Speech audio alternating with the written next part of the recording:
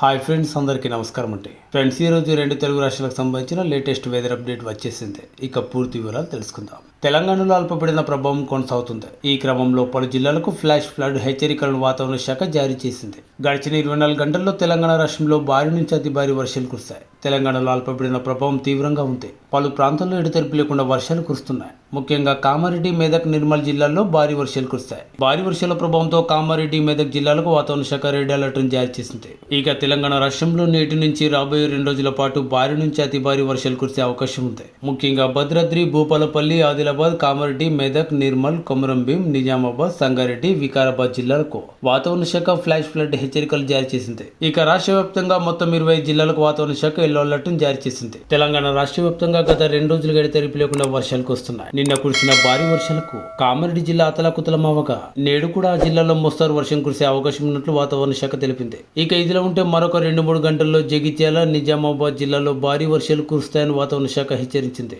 62 నుంచి 87 కిలోమీటర్ల వేగంతో ఎదురుగాలులు వీచే అవకాశం ఉన్నట్లు తెలిపింది.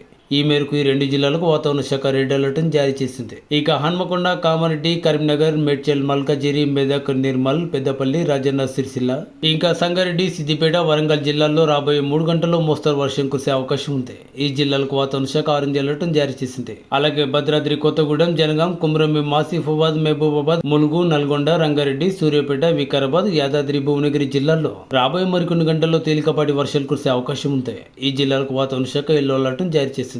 మరోవైపు ఏపీలో వర్షాలు దంచుకొడుతున్నాయి. వాయువు బంగాళాఖాతంలో తీవ్ర అల్పపీడనం కొనసాగుతుంది.